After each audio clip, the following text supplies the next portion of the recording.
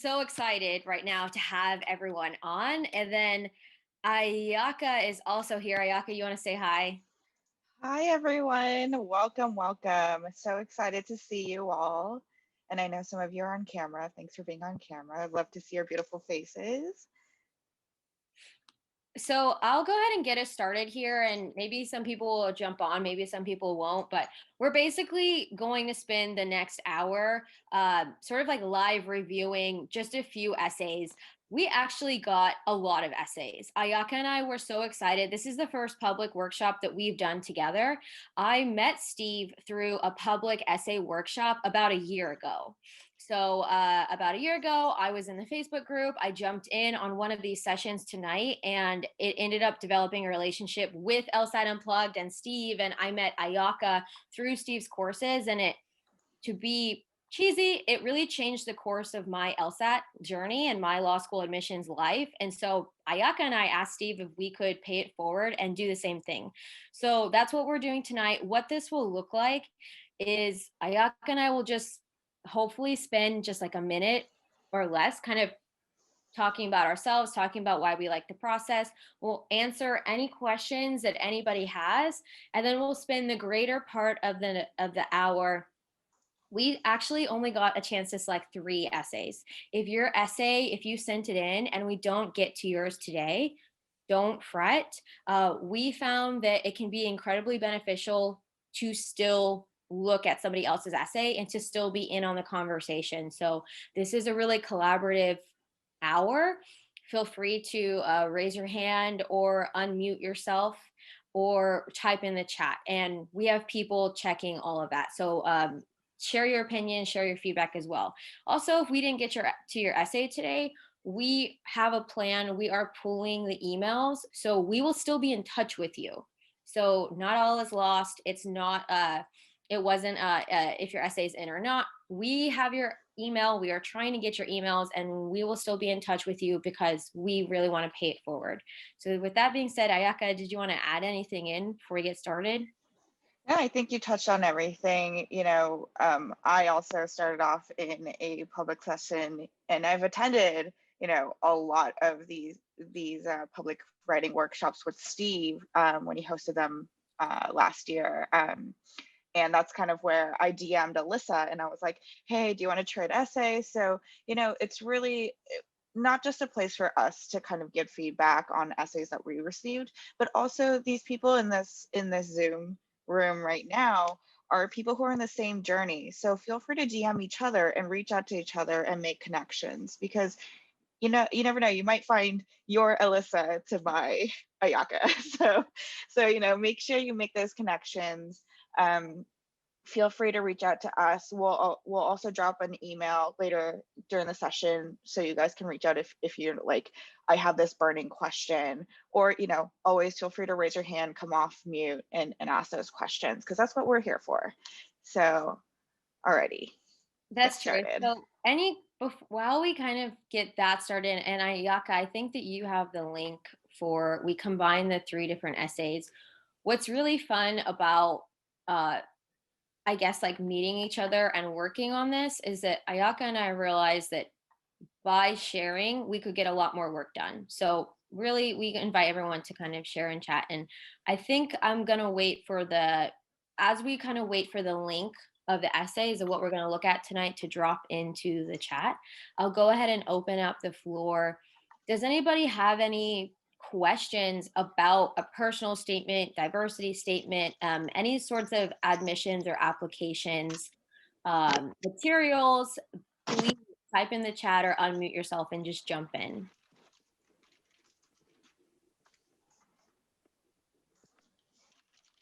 Let's see. So we had someone unmute themselves. Did you have a question at all, or are you just kind of jumping on the Zoom? All right. Also, completely feel free. I wanted to say this. If your essay is up and we are kind of group thinking and collaborating, you are welcome to, yes, take ownership and say, this is my essay and pull questions, but you're also welcome to participate in the conversation without disclosing yourself. That's totally up to you. Full transparency on my end, the first time I was in a public workshop was a year ago. My essay came on the screen. I was so embarrassed. I was just sharing feedback as though it was someone else's essay and trying to like mine for information. So, really, it's completely up to you the way that you want to handle this. If your essay comes on or not, you can own it. If you want to dig in deep, you don't have to own it if you don't want to dig in deep either. I'm still waiting on the link to be shown for everyone. Let's see. So we have a question here in the chat. It says, I'm a non-traditional student who's leaving a different grad school midway through. I assume that you're leaving grad school like midway through that grad school program. Like maybe you're not finishing out that program. Is that something to put in an addendum essay or to put in the personal statement? This is a fantastic question. And I'll ask a follow up question and feel free to type in the chat the person who wrote this. So you're saying that you're leaving a grad school program midway through the program. Maybe you're not finishing that program and you want to start law school. Is that correct? Okay, that's correct. That's a fantastic question. I would say you could write about that in either one of these. And that's where the personal statement really can shine. So Steve actually posted on LSAT Unplugged. There was something posted in the Instagram story today that I thought shed a lot of light on this kind of question. You have an opportunity in your application to paint a portrait of yourself to admissions, and you can do that through a series of essays.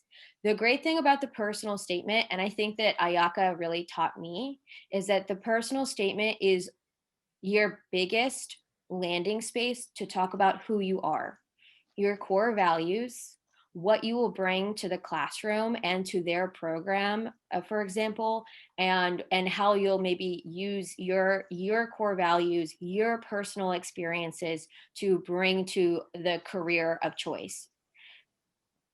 I have another question in the chat that I'll get to in just a moment. So, if I'm going to say to the person who asked the question before about leaving a grad school program midway through, if that experience is revolves around something that shines light on your positive traits, and you think that that experience revolves around something that sticks to your personal values, then that's a great personal statement to write about.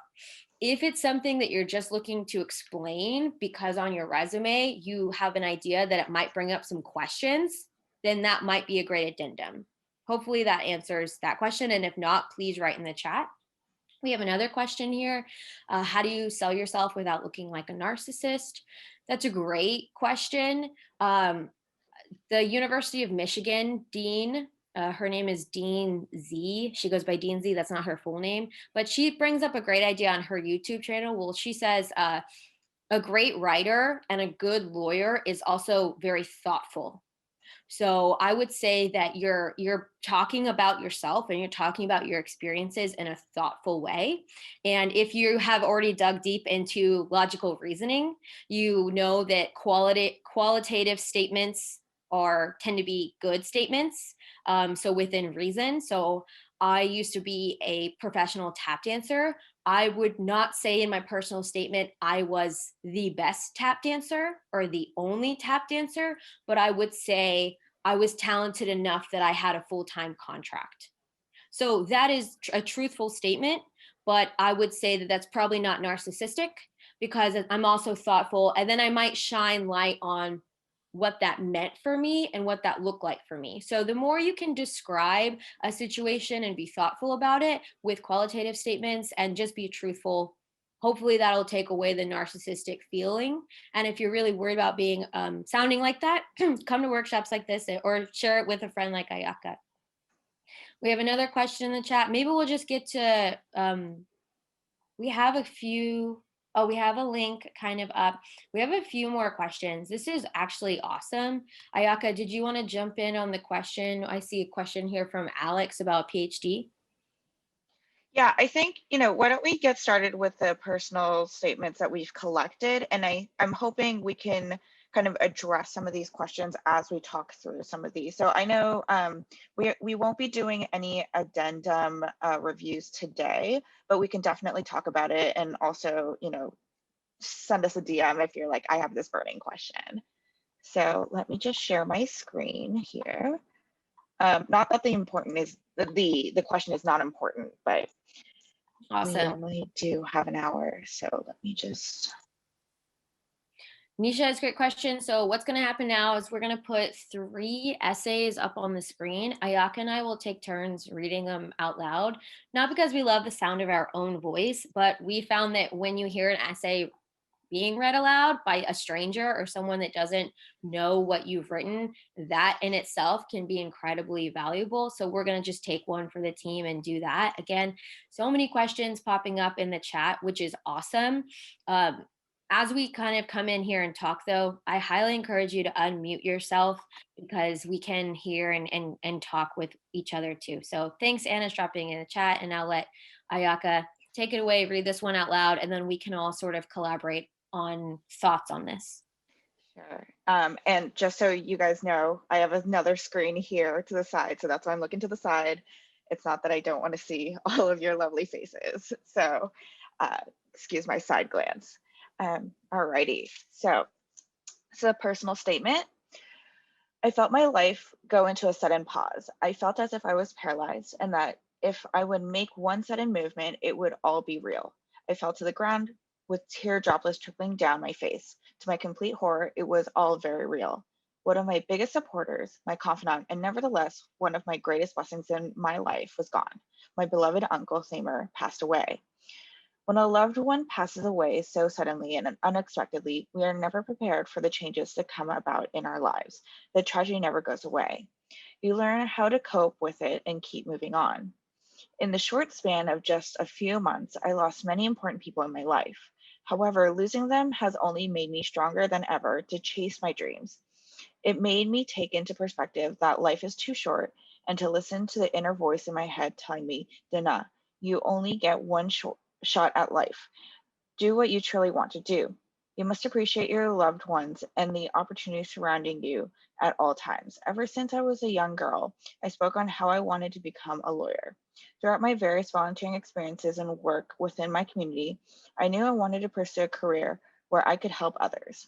When searching for a career that shared the same values that I base my life on, there was no field more fascinating to me that could provide advocacy to others than the legal field. My determination to become a lawyer is deeply rooted in my personal life, as well as my education. I come from a big, loving family. Family and education will always be the most important thing I have in my life. In the 1980s, my parents migrated from Jordan with their families in order to help provide a better life for not only themselves, but for my siblings and I as well. The opportunities that my parents and their siblings had grown up pales in comparison to those that I obtained today. I do not come from a long line of college graduates, and I am the first in my immediate family to pursue a Juris Doctor degree. The experience of growing up surrounded by people whose lives are forced to go down one route alone fills me with desire to take advantage of the opportunities available to myself. Being a first generation college student has proven to be an enchanting experience in providing exposure to various situations. I've always had a passion for learning and pushing through barriers in order to be successful. My time in undergraduate school was challenging, but I believe my ability to balance the obstacles of life and heavy course load helped me learn how to create proper habits for the vigorous workload law school will bring. Growing up with the immigrant parents was not always the easiest. Although my parents want the best for me, it took a while for them to distinguish what truly is best for me compared in the eyes of other people in our ethnic community. In my culture, Arab women in the workforce has been an ongoing struggle. The prevalence of traditional concepts of sexist roles has impacted the way our society progressed. We are expected to play roles in the household despite having skills, goals, and aspirations to become something of ourselves. The universal truth of humanity across the world is not the only way we as humans should behave today. As a new generation, I see equality as a moral demand to bridge the gender gap, to deviate from cultural norms, to personify an ethical nature, to build a foundation that will pave a path for future generations, and to inspire others in similar situations as mine is something I wish to achieve in my journey of becoming a lawyer.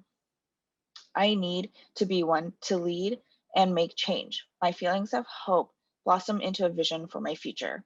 As the Honorable late Ruth Bader Ginsburg once said, "Fight for those things you care about, but do it in a way that will lead others to join you." There are many more steps left for me to become a lawyer. However, the next important decision is to enroll in the JD program. As I progress further down my track to decide where I want to receive my education, there is only one school that matches my goal, mindset, and dreams. That is the University of XXX. XXX's mission and core values resonate with my own values. I possess the drive, skills, analytical ability, and compassion to succeed in law school. My experiences have provided me with unique lenses, which I'm confident I will carry throughout the University of X and the legal profession as a whole. I hope to proudly don a school color sweatshirt and take on my next role as XX Law School student. Right. Awesome. So Ayaka, you just read that out loud, and so I'm sure that you have some thoughts on that. Does anybody have any first kind of glancing thoughts? Feel free to unmute yourself, raise your hand in the chat. I thought it was a powerful essay. I think it's a great place to start. This is an awesome jumping off point, and to the author, like kudos to you because I think this is a great place to kind of go from.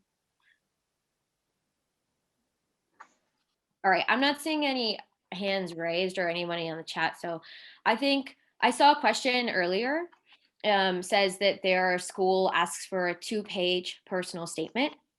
They asked if that was the minimum or the maximum. I would say if it says 2 pages, you really want it to be 2 pages. Don't max it out at that. If you see another school that says 3 pages, then yes, I would choose the best avenue for either one of those schools. So if one school asked for 3 pages, personally, I would see how I could make my essay stronger by taking up that extra space. And a school that asks for 2 pages, you want 2 pages. This one, in my opinion, is a little bit long, although I'm not sure what school you're applying to. It looks like it's about 2.5 pages. So my first plan of action to kind of give feedback on this is to see where we can sort of remove some statements that aren't as powerful and kind of dig in deeper to some ideas that could be more powerful. we got a comment in the chat asking about universal generalized statements, which love that you picked up on it. And I think that's one thing that's kind of making this essay fall short from greatness is we get a lot of these sweeping, very general statements. Right here in the very beginning of the second paragraph, when a loved one passes away, right? Like it's not personal. And there's a reason why these statements are called personal statements. We want to know about you, how you react to a tragedy that's happened, how your mind ticks, what actions did you take, not a in general what we feel, what in general happens. We all know, the stages of grief and all of that. So we really want to get down and dirty personal here. And really you can see that kind of personal and then general kind of comes through this essay in the first person, and then there's like the second person that comes in of like the I statements and then the we statements, the we, the us statements that come in. So we really want to pull back on those and really be sticking with an I statement in a personal statement. But I do agree with what Alisa said, great jumping off point. You started with a story that's really impactful. And kind of told us your ambition and your goals. So I love that that's there. I do agree that the essay gets a little bit long. And I think there's a lot of places where we can kind of cut. So great starting off point. Yeah, I would say, for example, I think that Ayaka brings out a good point that this essay starts with something personal, which I'm so sorry about your family member passing away. And it's definitely seemed like it had a big impact on you. A piece that I sort of think about with this essay that I would like to see is the author starts out with this really heavy moment with the uncle passing away. And I don't really see that coming up as a plumb line for the essay for the rest of the essay. So it kind of serves as this hook, but then that hook is not developed. And I think that the author might be trying to create a longer development plumb line, saying that this person is very empathetic and this person's a very sensitive person to community and other people. It seems like this person might be sort of like a humanitarian type of personality. And I feel that that's what all of the really small examples add up to in what they're trying to tell me. And I get that from the death of their uncle. I get that from their parents being immigrants and maybe not fulfilling their needs as a child as much as they may have needed or wanted them to. And I get that from their community service that they talk about in the second paragraph of the first page. And they talk about their core values. So I'm getting the sense that this person wants us to know that they're an empathetic person. They might go into human rights, maybe environmental law, immigration law, any of those sorts of fields of work. But it could be made a lot stronger if instead of sort of listing out all of these different things, have confidence in maybe one or two of these things. And like Ayaka mentioned, pull us in and tell us more about what you did. For example, I do see a lot of essays that talk about I hope this like immigrant parents, and I think that those are extremely powerful stories, and they're stories that only you can tell because you're the only one that had that very specific um, experience. I think the downfall about it though is it can get a lot into what your parents did. And if you talk about what your parents did, then I would suggest speaking about how that shaped you and how that shaped your actions. So Ayaka brings up a great point. What did you do? How did that make you think, or how did that change the way that you're going to behave in a classroom setting or as a lawyer? So I would say try not to fall into that of speaking too much about what your parents did and not speaking about how that affected you in your actions. Love that. We have another question in the chat. Do you have to discuss the school itself and why you want to attend within the personal statement? Love that question. Unless the school specifically asks for it in the prompt, there is absolutely no need to write why a specific school, why a specific program. You don't even need to write why law. You don't even need to write why law school. It's a very, very open-ended essay. And really, I like to say for a personal statement, you're really talking about your why. You know, what is your purpose in life? What is your why for being here? And kind of how that journey has led you to pursuing a law career, but you don't really have to address the why law, why being a lawyer is important to you. So um, it, not to say that that's a great direction for an essay. I think for a personal statement, 90% of personal statements out there are going to fall into that why law school or why law career. So I, you don't have to address it, but I think it's very common too. Um, And last question here, then, and also I think Ayaka would agree with me that this essay actually could be divided up into many different essays. Maybe maybe parents being immigrants could be a diversity statement or another essay. Maybe them working in community service and talking about their core values, and maybe even pulling an example that they learned from volunteering. That could be an entire essay on its own. So this is a fantastic essay in the fact that this is sort of, I look at this as very abundant. They could do a lot of different directions with this, and find ways to make it more powerful. And last question before I think we'll just move on to the next essay here is, how do we show a connection between ourselves and becoming a criminal attorney? Or I would even say, to make it more broad, how do I show connection between myself and becoming an XYZ attorney, or becoming, for example, everyone knows that you could become an entrepreneur with your law degree. There's actually like so many different things that you could do. And I would say back to you, that's actually the work. That's what makes a good writer a good writer. And the best piece of advice I ever got is start by getting really clear about who you are. Talk about yourself. Think about your personal experiences in life. And I would be willing to bet that if you get really good at telling your story that paints a picture of who you are and speaks to your personality as a whole, then the dots actually make sense. For example, becoming a criminal attorney, you have to be a really good team player. You probably are going to work on teams, most likely. You have to have, even if you're working as the top lawyer on the case, you have to have assistants. You have to have other attorneys that you're speaking with, communicating with. You could write an entire essay about being a team player as a softball player, and that would be connecting the dots enough.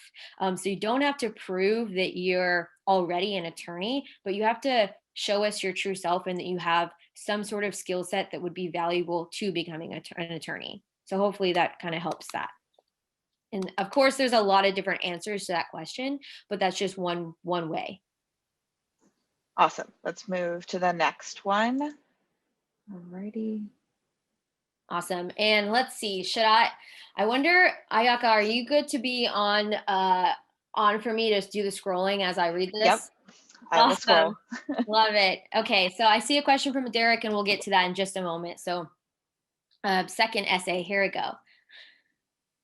Water. As the city burned, I was struck by the revelation that no fire could cleanse the evil that encompassed this tragedy. Surrounded by the memory of George Floyd's death, I felt a heavy sense of purpose. With clenched fists and gritted teeth, I walked along the streets leading to Cup Foods, the site of George Floyd's murder and memorial. Images of battered protesters and the roars of impassioned Black Lives Matter leaders flooded my mind. I felt the rumble of change all around me. In the poems delicately placed throughout the intersection, in the flowers laid in his memory, and in the murals decorating the corners. Too often, we tell ourselves that nothing can be done to affect positive change. In the city, at the center of the news that shook the world, I could no longer stand for that. Cup Foods was then and will forever be a shrine to the brown and Black bodies taken by our justice system. As I drove away from the memorial, I passed boarded up windows in the city with handwritten notes to George Floyd. When I reached my home in the suburbs, it bothered me that they were visually untouched by the people's revolt against injustice. This is the duality facing America. Where the civil rights of many are under threat, others feel unaffected by the injustices. We use laws to dictate how to make life better for us. Americans are fighting to make the country a great place, but where we diverge is in the manifestation of that greatness. The legal system is at the center of improvement at large. Realizing this helped me decide I wanted to become a civil rights attorney. The path I was heading towards the summer George Floyd was murdered was drastically different from where I stood 6 years prior as I prepared for college. Growing up in Minnesota, I believed that race was not a determining factor for opportunities and that America was colorblind. Ultimately, I decided to attend Howard University following the encouragement from my older brother, who regretted not going himself. At Howard, I became rooted in an environment that exposed the dynamic cultures of people of color, people like me. I attended Howard as a biology major focusing on the study of medicine. I matriculated through college and was on the path to becoming a medical doctor, or so I thought. As a freshman, I stumbled upon an informational meeting about the prison industrial complex. The PD Green program was establishing a Howard University chapter so students could tutor adults in jail or prison. One night, I was teaching a GED lesson on the gold and bronze eras. During the lesson, one of the men, Jay, began to connect the importance of gold then to the value of money now. Jay's observations on economics paralleled my own. At the end of the lesson, Jay told me he was a middle school dropout and described how no one in his life cared if he went to school.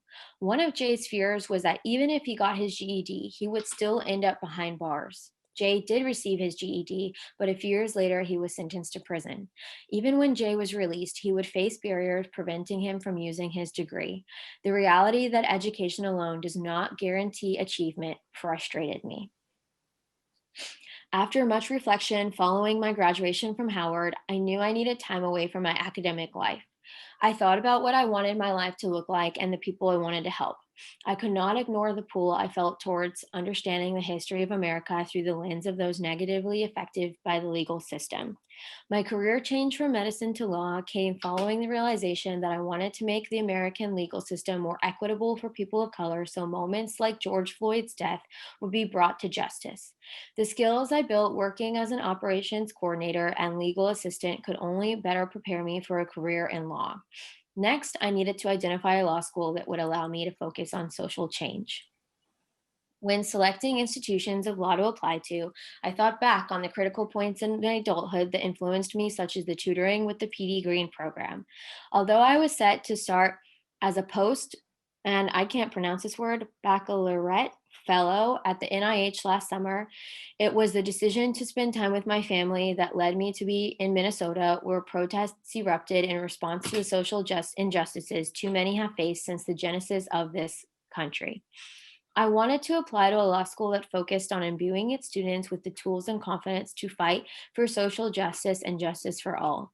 With this clarity, I decided to apply to Howard University School of Law. Much like when HUSL first opened its doors in 1869, America is at the crux of racial change.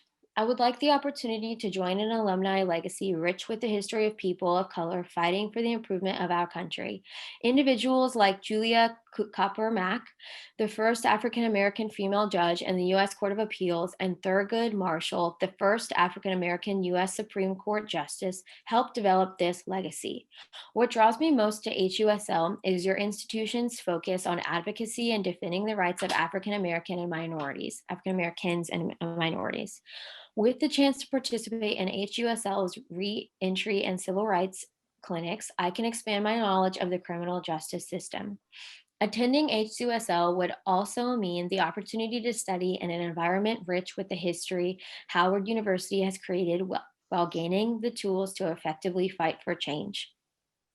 I'm pursuing a JD degree to become a civil rights attorney and attempt to make justice available for those whom it has been unduly restricted for too long.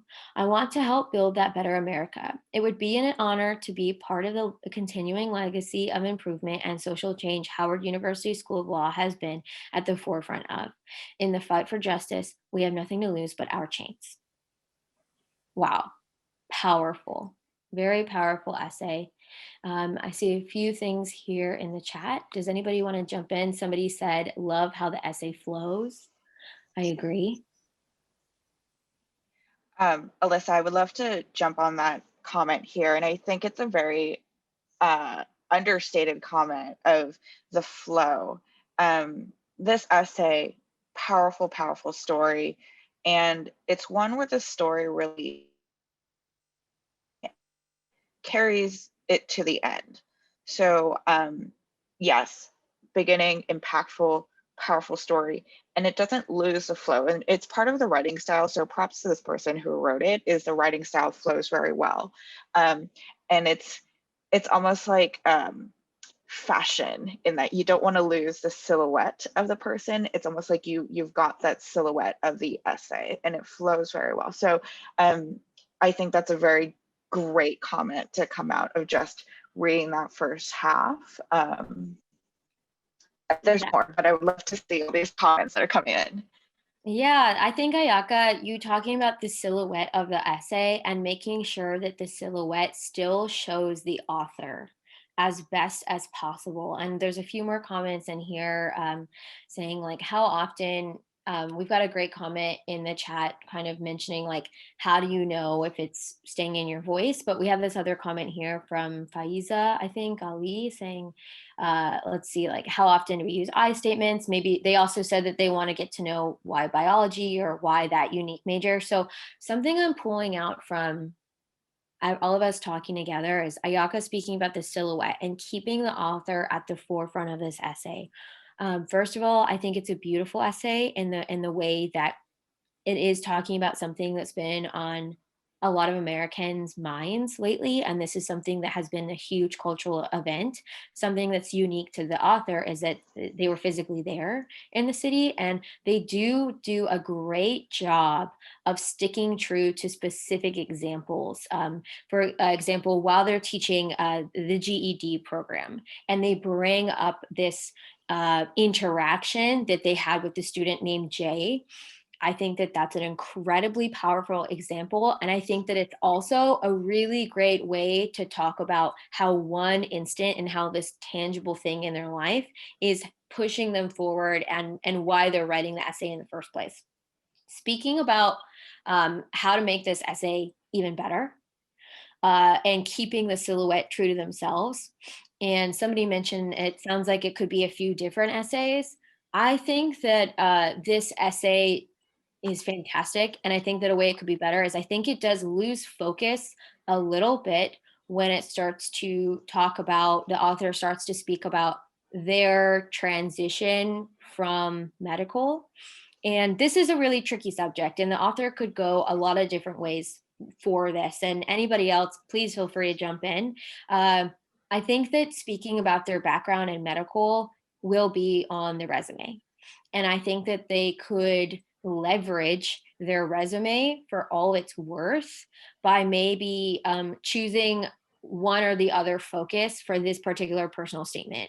Um, I think the personal statement is powerful enough without sharing. There's, I think, maybe 1 to 2 paragraphs on the internal dialogue between choosing a school because their brother suggested it, and then choosing to go in medical, and then this sort of internal dialogue saying that I thought I was going to medical school, I thought wrong. That to me seems like an internal dialogue that I think the essay could stand without it. And I think that maybe if they wanted to talk more about their transition from medical, then I think that maybe the essay could start with maybe more of that transition. To me, it has like two different things going on here. Absolutely. And I think going one more step further, and this kind of echoes back to Faith, your question earlier about do we have to talk about the school we're applying to or the program we're applying to? This person, you can tell this person has done a lot of research, and this person, feels the history of the school they're applying to. However, um, you know, I don't know about this particular school's personal statement, but most times you're not going to have 3 pages to talk about, a school and their program. Also, the reader of this essay is an admissions officer. They should know about the school. They should know about the history of the school. They should know what programs are at the school. So really, you don't want to be regurgitating facts that an admissions officer knows about their own school, right? You don't need to give them that information. They know about it. What would be more impressive, and Alisa said this, we were talking about this earlier, but if you could talk about more recent people in the field who have come out of that university who are very active in, let's say, civil rights, that's a little bit more, oh, this person has done research, but also have gone the extra step and looked at who our alumni are, or who's really active in the field. And that would be a little bit more impressive than saying, oh, Thurgood Marshall, all these people from history. Like, yes, important stories and important people in our history, but we're every part of the essay needs to show something about you. And if you're going to make the claim that you are so committed to the school, then let's take that extra step to do the research and to make that extra special sparkle and claim into that essay. Yeah, I think that that's a great point, Ayaka, and definitely speaks to those questions of like to talk about this school, to not talk about this school. I think that this essay is made more powerful speaking to the core, like the relationship between Howard and the civil rights movement. I think that that's great, and I think it would be great, to talk about. Somebody asked to name dropping professors who've done similar work, something to do. I mean, That's like so it's so everything that we're saying is so personal. I wouldn't say, I think the name dropping just to name drop, just to come across, which I think that I would say, like, talking about this paragraph that we're all looking at right now on the screen, I think that it is talking about names that maybe the author does have a personal like inspiration and is pulling their power from in order to drive their future. But I would say, stick to what really interests you. If you are, there's a lot of webinars that law schools are putting on right now. Jump on those webinars. And there's a lot of professors that are actively publishing written journals right now. I've been so impressed with, there's published journals talking about COVID and talking about racial civil rights issues. And professors are doing the work right now. So if you wanted to, and I'm in no by no means am I saying that you have to do this because it's a lot of work. But if you are genuinely interested in something and you've been looking at a published journal that a professor at, say, for example, Howard published, I would suggest that does seem like a little bit more of a personal like interest in saying that you're interested in it. So, do you have to name drop professors? No. Are you genuinely interested in it? And you're like, hey, I read this professor's published article, and this is what I have to say about it. Ayaka actually brought up a great point to me yesterday that you wouldn't want to say like summarize what they talked about, but you'd maybe say like, this is why I get excited about that. That's definitely something that's possible. Let's see, lots of other comments in the chat here. Alyssa, I would love to address Derek's question from quite a bit ago about how to pick a topic. And I just want to keep this short.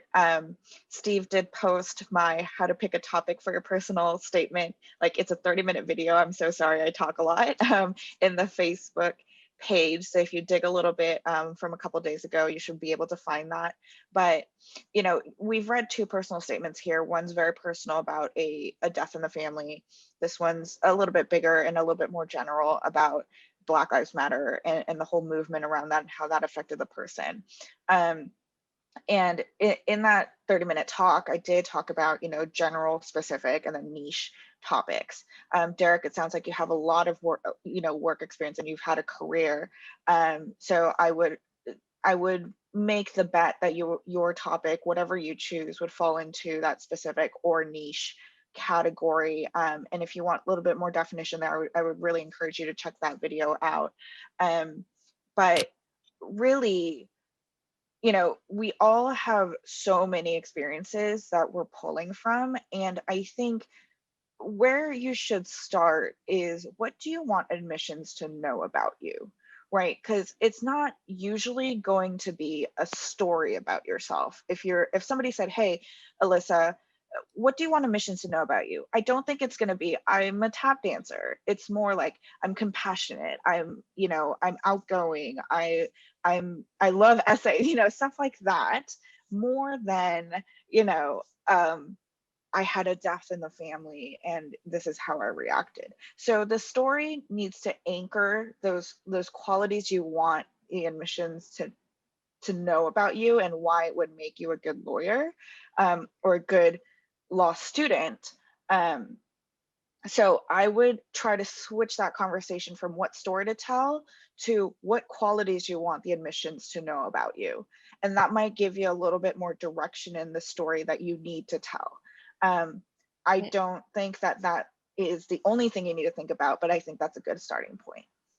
Ayaka, that was just so well said. It's just like such a beautiful point in terms of like thinking about how to center yourself in maybe some of these things. And absolutely you can have something really heavy happen to you, and that can be the impetus for this change in your life, and you can talk about that. But also your essay doesn't have to be something heavy. I've actually heard from admissions officers themselves. I think the University of Maryland, they've said this on a podcast before, that one of the best essays they ever read was about someone learning how to ride a bike. And it was a beautifully well written essay. So there a lot of different things can be up, and I think that this whole thing will be recorded and put up later if anybody wants to go back and like rewatch and maybe talk about different things. Les gives a great great feedback. I totally agree. We like that this author here in this essay is highlighting the firsts, but you could take up that space to talk about a little bit more of the connection between medical and law. I think if this person wanted to, I think there's definitely agree. And we have one more essay that we want to get to. Just watching time. Also, just shout out to everyone talking in the chat and sharing. I can't tell you enough how much talking with others has elevated my experience. And so, even if your essay is not up here, I think we're all being elevated here. One more question from Marilee saying, should family members who attended schools you're applying to and have influenced your application there, but they didn't not go to the law school specifically, be mentioned? Totally up to you. If they're a part of your story, then mention them. If you feel like you're mentioning them just to try to kind of like squeeze in that legacy because you feel like you have to, one of the best pieces of advice I actually got from Ayaka is trust yourself. If you tell your story could be enough. You have enough going on that try telling your story with it, try telling your story without it. So it's I can't really give you a yes or no there. If they have a major impact on you, go for it. If you're trying to squeeze it in, maybe you don't need it. Love that piece of advice. All right, let's keep it moving. So last, we have a diversity statement here, and I will be reading. So I hope you guys aren't tired of my voice yet, but it's a short one. Alrighty, diversity statement. 17-hour power outages. Sounds tough? No, it's just another day in Bulawayo. After a while, you get used to it. This was normal life for me as far as I can remember. I was born close to the 2000s when things began to get rough in my hometown. I'm sorry, I'm butchering this name, in Zimbabwe. From from doing homework in the candlelight to the showering the night before because you knew there would be a shortage of water in the morning. It all became a regular routine. My mother was born in India and moved to Zimbabwe after having an arranged marriage to my father. My father comes from many generations of being born in Zimbabwe. My mother did not know one word of English when she moved to live with my father in Zimbabwe and actually did not learn to speak or write until my eldest sister started kindergarten. When I moved to the US, it took me a while to realize that not everyone got to see wild animals every day or that everyone knew how to swim. Seeing a third world country on television, an assumption is made that everyone lives in a hut or has to walk miles for water. That is true for the most part. However, it's more of the rural village town areas. We have cities with skyscrapers and neighborhoods. Our little town had a melting pot of various cultures and races, broadening us to diversity. It was hard for my coworker and peers to first grasp and understand that I consider myself African. I am Indian born in Zimbabwe, making me African with an Asian background, and I am a first generation college graduate. All right, so short and sweet. Any initial reactions here? And I know people are getting comfortable in the chat, so feel free to type it in the chat or take yourself off mute.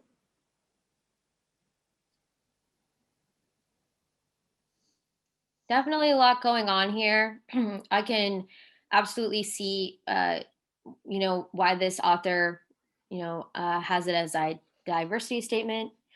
We have a question in the chat. How long should the diversity statement be? What's the standard? I would say about a page, like this one, a page or 2 pages. It all depends.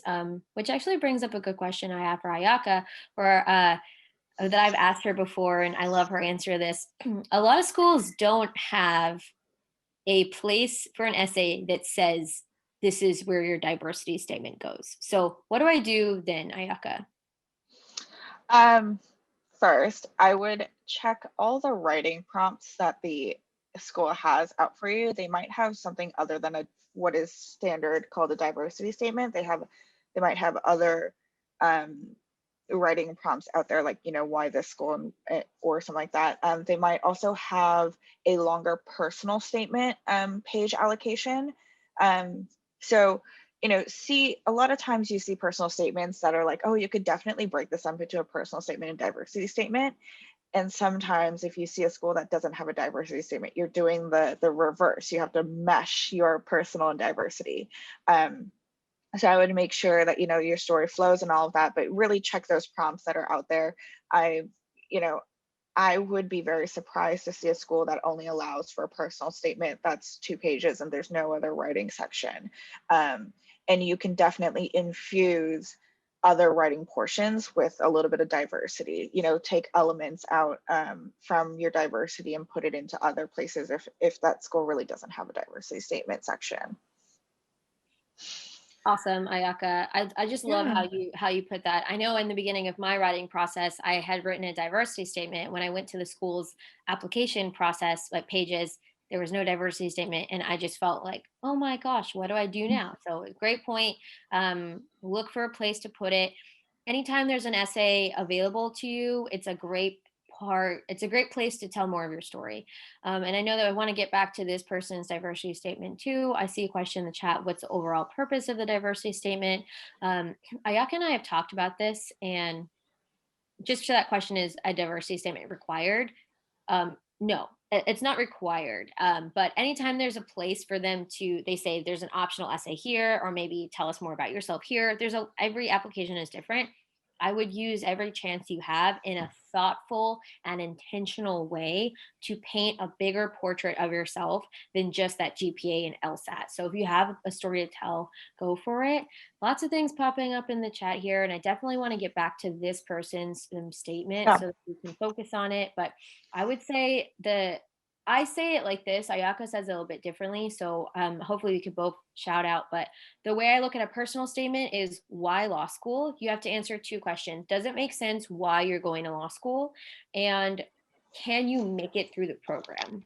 Right? As somebody in admissions, they want to make sure that you're adding to their program. So if you have a story that tells that you have perseverance or discipline, or that you're a good team player, they want to make sure that you'd be a good person to invite into their program, right? That you'd be a good fit, that they could see you doing well with others in the program, or maybe elevating their program. So to me, that's a personal statement. To me, a diversity statement is, how will your past experiences add value to those classroom discussions? How do you have maybe a different lens of what you're looking at than maybe the typical, or maybe like the many people in the classroom, or just anyone standing next to you?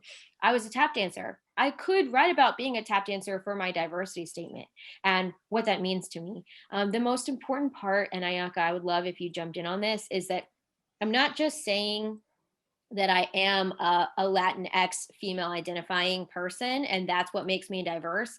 I'm talking about what that means to me and how that changes the way I think and talk, and maybe my ideas that I bring to the room.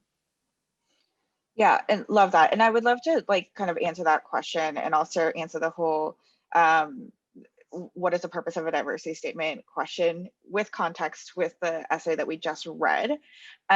So with the essay that I just read aloud, um, I think there's really a lot of good stuff here, and it's almost too much stuff here.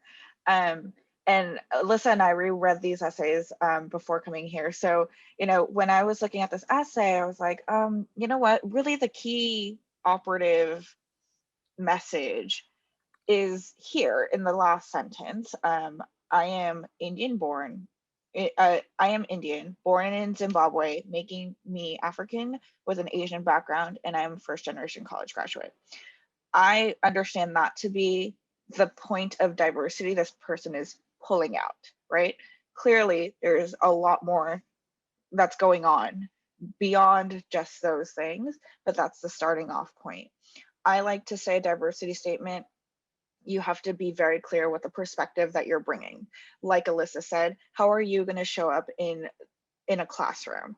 So really, yes, this last line in this essay gives us the point of diversity. However, I would not understand even 10% of what that meant for this person showing up in a classroom. We want to go one step further and say what it means to be an Indian person born in Zimbabwe, what it means to be African with an Asian background, what it means to be a first generation college graduate, right? It means, there's certain things that we can all kind of think of and say, okay, yeah, I kind of get it. But you don't really want the reader to be in that, oh, I think I get it, or like maybe they're talking about this. You want to be very, very direct in how you guide that reader. So you don't want to leave it up to the reader to figure that out. You really want to write it out and say, to be an Indian person born in Zimbabwe, growing up there, meant X, Y, and Z. And define that essay at the top, and then kind of tell us about your experience.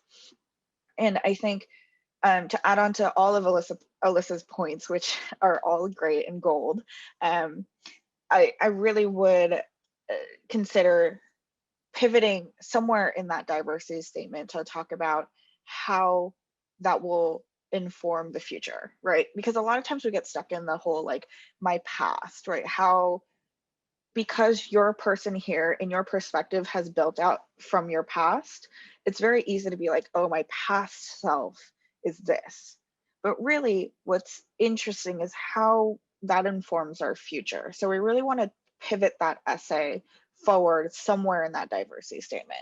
So that's something that I'm missing a little bit here in this essay, is I don't really know. I think all of these are very impactful things that are coming up in this essay, but I don't really know how that's going to show up in a classroom or in a law career. So we really want to unpack that. Awesome, Ayaka. I thought that was great. It's and this is why these workshops are so awesome, because getting more eyes on your essay, I don't want to say is always a good thing, but having a few different people, maybe a few different layers of people that you can say, hey, take a look at this. A great place to start. I know that we don't all have essay editor like roommates or people in our backyard who maybe it would be the best fit. I know in my personal life, there's a lot of people, they're like, I don't know how to apply to law school, so I don't know what your essay needs to be. Great place to start is, does everything in this make sense? Are there any questions that you would have for me? A really great essay doesn't leave any questions for the reader.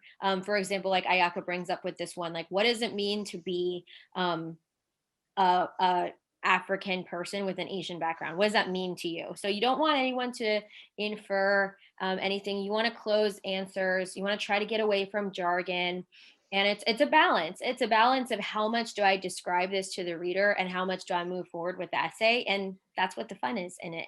So yeah, I think that Ayaka is about to drop our email in the chat. We love people. If you can't tell, we love talking about essays. So please email us in the chat. For those of you that submitted essays for review, we are grabbing your email now, but Ayaka is going to drop our email in the chat right now. So kind of a two-way system, because this is the first time that we've done this publicly.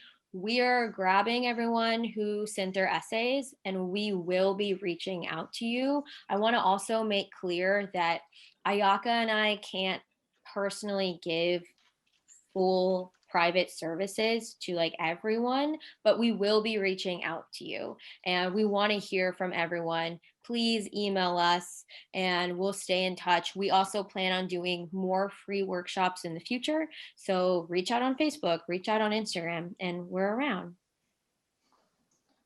Absolutely. And feel free to reach out via the email that I dropped. We're always happy to have a conversation. So feel free to reach out.